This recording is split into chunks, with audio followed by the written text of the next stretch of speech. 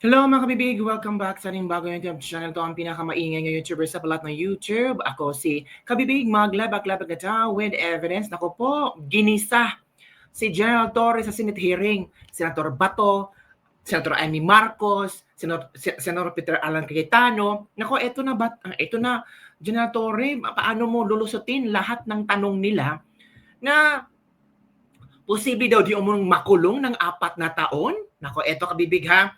Pakinggan natin. To the Executive Department, to the Senate, to the Supreme Court, this is a case of first impression. And assuming na, lalo na kung first impression, di ba dapat linagay na lang, I do not know, doon sa ibang question. Sinagot niya, no, I do not know. Bakit dito buong ningning siya sumagot? Yeah. Can I pursue that? So assume, it seems to me, the ICC wants to make sure na nasunod yung due process at saka human rights ng akusado at ng inaresto. In your view, meron po bang violation ng batas sa pag-arrest or pag-detain ni former President Duterte? Wala po. So wala. Apo. So wala. And you know our law, so walang violation. Opo. Okay. How about you, General Torre? May violation po ba sa arrest or detention ni former President Duterte? No, sir. No, wala. Categorical, wala tayong violate na law. No, sir. Okay.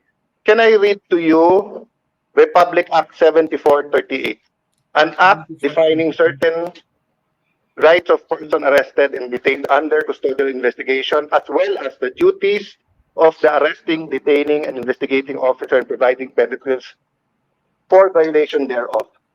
Section F, any person arrested or detained arrested, detained, or under custodial investigation shall be allowed visits by or conference with any member of the immediate family or any medical doctor or priest, minister chosen by him or by any member of his immediate family or by his counsel. I saw the video, sir. President Duterte was asking for his own doctors. Ang sabi niyo, hindi, may dala kayong doktor na colonel. Tama po ba? That's one part, sir. Yes, so you did not allow him to bring in his own doctor. There's another video that will show that he has his doctors from the Cardinal Santos. Yes, and he was saying kulang yon kasi ano pa sila, di ba? Yung iba pang doctors, pero hindi na pinayagan. There's videos from outside, yung ibang gamit, etc. Correct, sir? So, you can answer. Hindi to yes or no. So, to your point, did you allow all of his doctors in or no? Sir, we have substantial doctor. I think we have complied with 7438, sir. Okay. It doesn't say here substantial. It says here, 7438, sir. no sir, ang sabi kasi dito, his choice, hindi nyo choice. Hindi nyo choice i-limit yung doctors niya.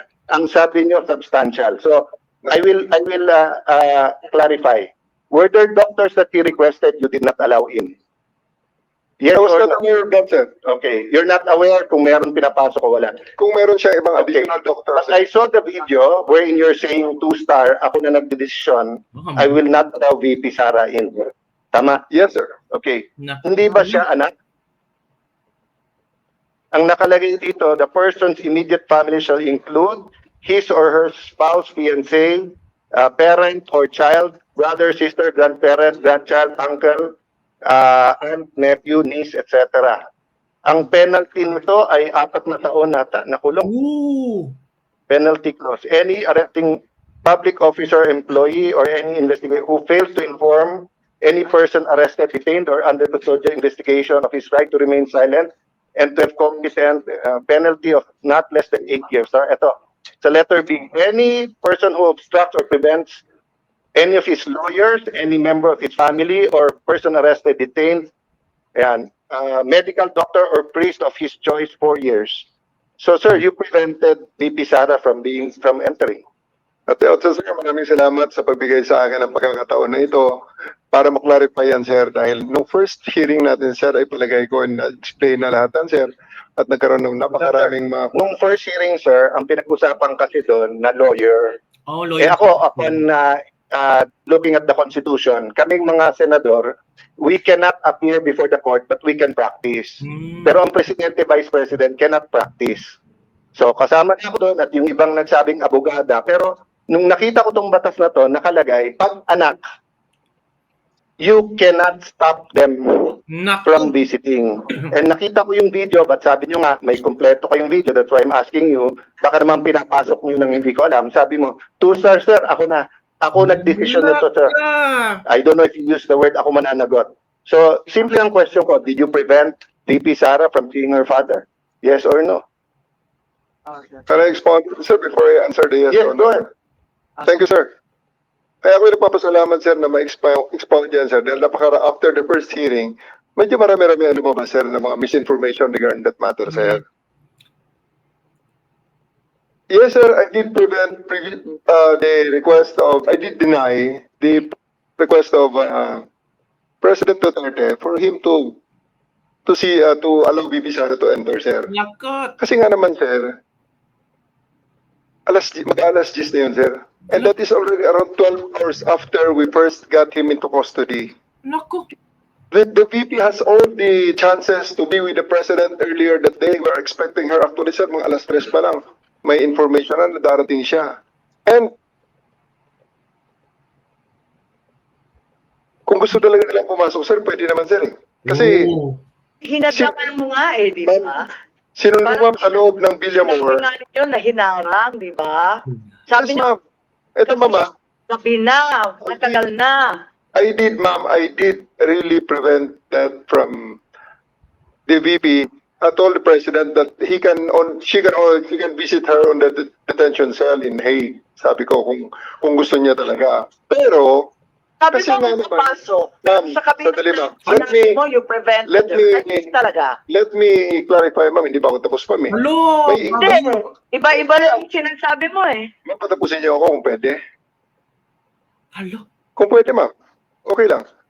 Hala ka, gravity. Kasi ma'am, meron tayong, I think Confident? the resource person is if you will allow me. Sir, if you will allow me. Sir, yeah. okay, sir. Kaya nga, but Galit please. siya. Ito, sir, Nagtitig- after all was being said and done, yung sasakyan nila, sir, and 5 other vehicles, nakapasok at sinundo sila, sir. Ang aeroplano nasa bukas pang pintuan, sir. So, yan, sir, ang isang tumayong malaybong nun, sir, noong panahon na nakita ko, andyan yata si VP Sara, andyan si Bongo, nakapasok na. Kasi sinusundo na, sir, si Hanilet at saka si Kitty, sir, ng kanilang mga sasakyan, together with the other entourage. Bakit nila sumabay doon, sir, sa tarmac? Bukas pa naman, sir, ang pintuan. Alam mo, Madam Chair, Sir. you That's a new ibig mong information, sabihin, sir. pwede pumasok yung si Ma'am Hanilit at saka si Kitty. Gusto mo ring sabay-sabay na sila. Sir, ganito. Hindi ko dinideny na pinrevent ko si VP Sara na pumasok based on the request of the former president. Okay, The reason for that, you prevented VP Sara from entering. yes, ma'am. Okay. Because Noted. the reason for that is that 12 hours na ang nakalipas at tapos na ang lahat ng mga delaying tactics. Why Delaying does allow that? tactics. Otherwise, magiging magulo pa ang situation, Nag-expire sir. pala yung karapatan ng May expiration date pala yung karapatan ng anak na bubisita sa kanyang tatay. Hala. Sir, we do believe, ako, sir, personally, that's my call at that time because I'm operating on the premise So, na ang mission. it's your call to Yes, violate sir. the law. Yes, It's your call to violate the law. Boom. Dahil nakalagay sa batas, binabay ni Senator Alan Cayetano na bawal na pigilan yung anak na bubisita. So it's your call to violate the law. Naku. hindi sa ganong context, sir. Anong context? Ano Kasi context sabi mo? ko lang, talagang hinadlangan mo yung pagpasok eh. Naku. Mr. President, I won't labor the point kasi sinagot niyo naman, sir, yung tanong ko. Kasi nga, going back to Ambassador Lacanilaw, that's a violation of the law. If you look at the law, it says arrested, detained, and custodial investigation. Kung arrested lang to, baka may lusot 12 hours, 6 hours, matagal na. Pero ang nakalagay sa law kasi, you cannot deny pag arrested, detained, and custodial investigation. No if, no buts tong batas na to because nga, in the past, lalo pagka wala pa naman internet masyado nito eh. 1992, no? Wala pa masyado yung mga, bago pa lang yung mga ay, cellphone na ba nito or ano? But ang point, sir, there's no exceptions here. So that's a matter of defense kay General Torre. But just to pursue this, yung doctors ho ba ni President Duterte certified him fit to travel? Na.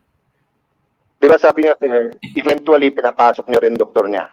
So nung una, sa video nakita ko, ay hindi pa kasi niya nagsasamit yung buong video, kaya hindi pa namin na-review. No? That's why I'm giving you the benefit of the doubt. Kasi I'm not an eyewitness. I didn't see and even if I'm not an eyewitness, I didn't view the video. No? So dun sa nakita ko kasi, you were denying, the president was saying, you have to make sure I'm fit to travel. And then sabi niya, doktor ko, ang sabi niyo, may doktor na dito, it was a police or military colonel. So eventually we met in some of his doctors, correct, sir? Yeah. Did they certify that he was fit to travel? I believe, sir, on that argument, we can No, already... it's not an argument. I was just asking, Okay, sir. did they certify that he was fit to travel or hindi sila tinanong were they fit to travel? It's a part of the procedure for his private doctors for that to do that, sir. It will be the government doctors who will be... No, that's not true, sir. Ang nakalagay ho dito sa batas, it can be his doctors. Magiging inutil yung batas if you invite your doctors and then they cannot certify. So, ang mangyayari nun, if they certify hindi pwede, sinertify ng governor pwede, korte ang magsasabi Correct. at kakasuhan yung doktor na nagkakamali. Hindi mo pwede basta i-replace ng government doctor yung, so like now, no? If anyone here biglang nag-faint at sinabing hindi na siya pwedeng mag-appear dito, we have a Senate doctor. But if it's the doctor of the witness who tells us, we cannot immediately judge on the two. Hmm. Kasi even dito po sa surrender, may mga tanong about being fit to travel eh. Hala. Na ang nakalagay nga eh, even yung baka mapahamak yung kapitan. Kasi kung titignan niyo po yung yung Ang kapitan. pinirmahan ng kapitan, Ano? sa pinirmahan niya po may nakalagay doon ha. Saan yun? Yes, Senator Cayetano, kung pwede lang i-clarify, anyway. ang nangyari, si Kitty, sinabi talaga na hindi pinapasok yung doktor. At sinabi ni Dr. Rosa Alinsi na ang dating Pangulo, napakataas na ng kanyang diabetes, umabot ng 328, he needs to be admitted directly to a hospital. Nagkaroon ng diskusyon doon sa Villamor, pinatawag yata nung isang Colonel Dr. Donald Palma, cardiologist, na hindi siya nasa kalagayan na magbiyahe ng mahaba. Pero pinirmahan ni Dr. Colonel Jonathan Rico, isa na namang Armed Forces Doctor, commanding officer ng Air Force, na pwede siyang bumiyahe. So, ibig sabihin, maliwanag na ang pumirma ng certification of fit to travel ay hindi kanyang doktor na hindi pinapasok, Naku kundi po. doktor ng AFP. Correct ba ho ang pagkakwento ni Chairperson? So, Senator Go, just before ito yung dahilan kung ba't ko tinatanong Sabi nga ni SOJ, sub judice meron na request by petition for writ of habeas corpus. Ang aking concern ngayon, kasi ang ginagaya, hindi yung salita natin yung gawa. And I think ganun din sa batang pulis, batang militar, batang tanod, batang NBI. They're watching now. So what if someone was arrested in Tawi, can he be visited by his family anytime? And can his doctor, they say, hindi mo pwede ilipat ng Manila yan? That's why I'm asking all of this because according to Ambassador Marcos, nila, walang violation. Sabi niya, walang violation, pero apparent dito. So I just want to put that on record. Sana malinaw natin yan. Kasi may police, meron din po yung di ba, revised PNP operation procedure. Pati doon pareho nung batas pero parang hindi nasunod. So I submit to you and to Senator Bongo. Thank you for waiting. Thank you, Senator Cayetano. Ambassador Lacanlida, babalikan ko lang yung pinirmahan ninyo. Andito na sinabi ninyo, kahit nagkakadiskusyon na tungkol sa diabetes ni Presidente Duterte at yung kanyang kalagayan, pinirmahan ninyo that you don't know if he's fit to travel or not. Bakit pinagbiyahe yan kung hindi ka sigurado? Nako. Ma'am, first of all, kasi hindi po ako nasa medical field, hindi ako doktor. Kaya So, pinirmahan mo rin na hiniling niya na dalhin siya sa ospital kaagad kasi masama ng pakiramdam? Ma'am, kasi that time, nag-request Yes, ko si ma'am. former ES Medialdea na i-inform ko, paglapag namin sa Hague, ang ICC na mabigyan si former president ng medical assistance. Sabi ko, baka hindi ka pakinggan. Sabi ko, kakausapin ko po. Kaya ko, nag-request ako that time, paglapag namin, kinausap ko po So, kaagad. hindi totoo na hindi mo alam. Alam mo na may problema. Hindi po. Kasi po, yun po yung request. Wala po, alam ko kasi hindi naman po kayo doktor.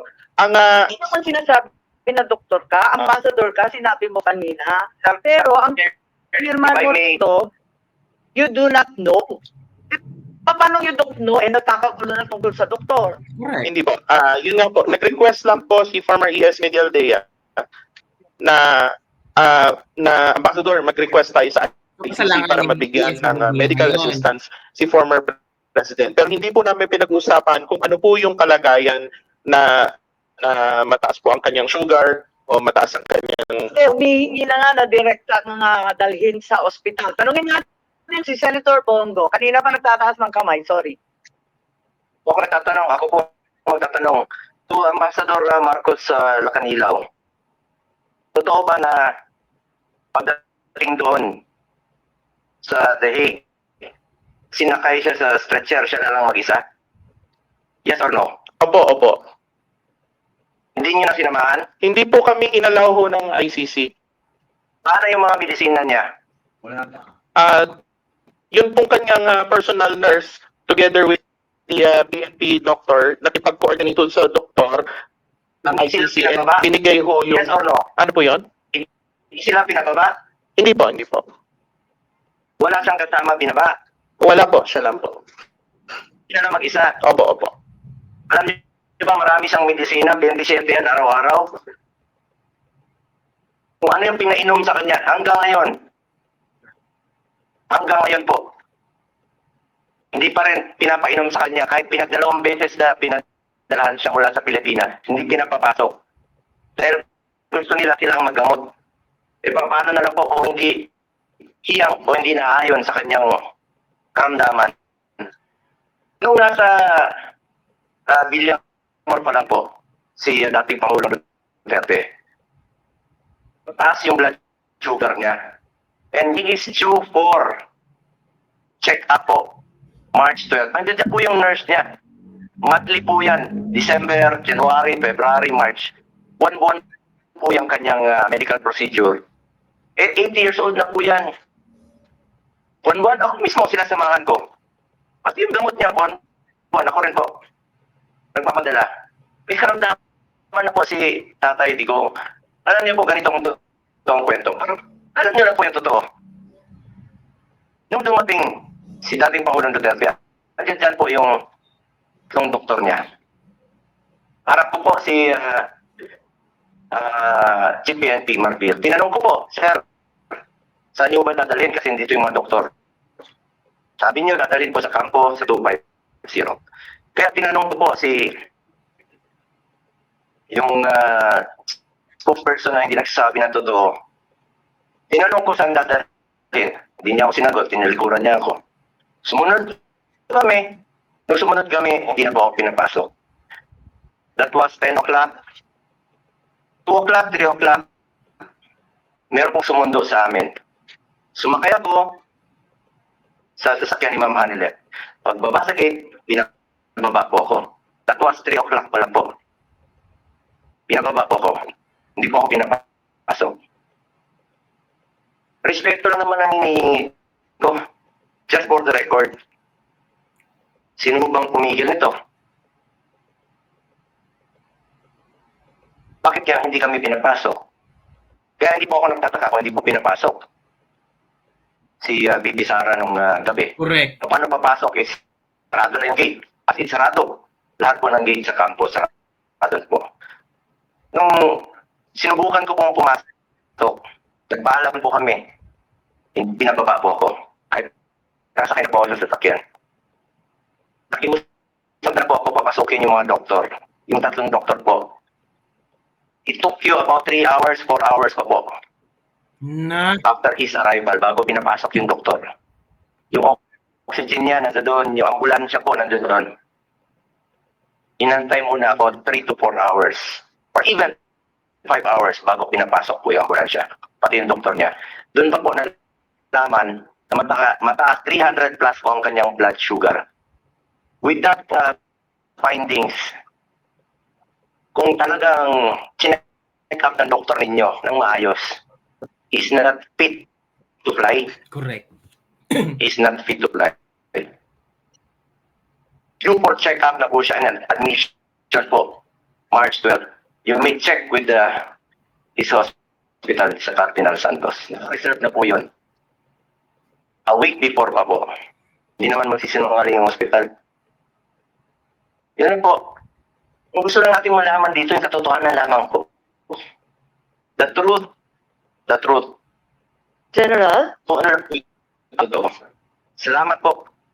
General, tama ba yung sinasabi ni Senator Bongo na 3 oras nang nag-iintay yung sariling doktor, ni dating Pangulo, at hindi pinapapasok ng pagkahaba-habang panahon samantalang may sakit ng kanyang pasyente? There was a doctor from Cardinal Santos, ma'am, babae. At nagka-request pa ngayon ng 3 oras pang nag-iintay. nag-request pa ng na magpapasok ng ECG, ma'am. Pero 3 oras nag-iintay? 3 to 4 hours po bago pinapasok ang doktor at yung ambulansya.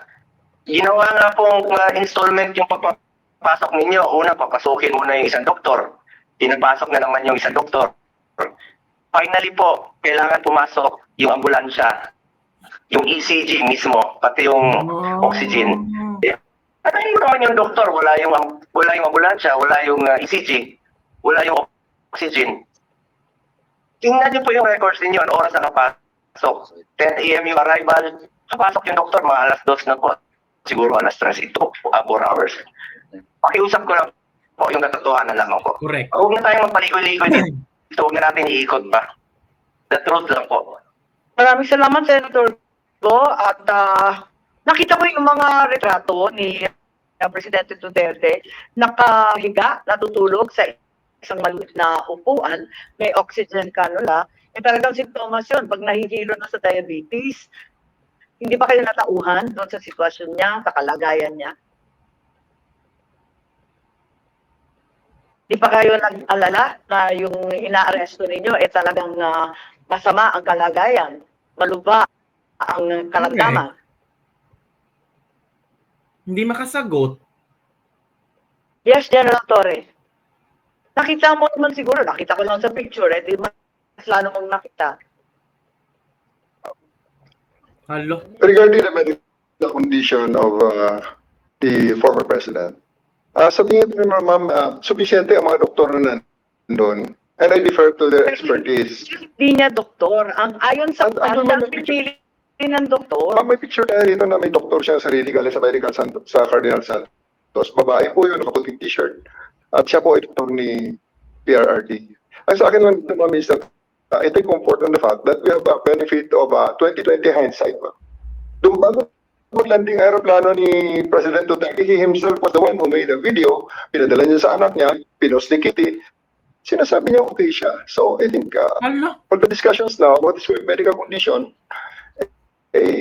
parang siya lang mismo nagsabi mo na okay siya bago maglanding sa Hague. At ibigay niya kay Kitty yun, sa internet, and everyone sees. So thank you, ma'am. Madam Chair, I understand what you're saying, General Torre. Ang problema nga, kung ako ay pulis sa Batanes, sa kahit saan, sa sulok ng Taguig, sa sulok ng Pangasinan, sa sulok ng ang laki-laki ng Davao, Cebu City, tapos sinabing kailangan ko doktor ko.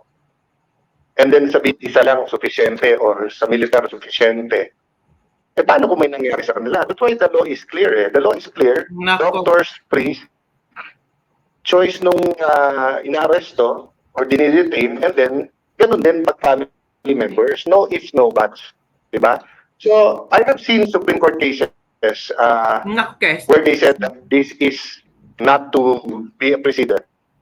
that this is a special case. You know, we've seen Supreme Court case. So if you say this is a special case, given the circumstance, I will not say you're right, but I will not argue with you. But if you tell me, sir, okay naman siya, o tignan mo.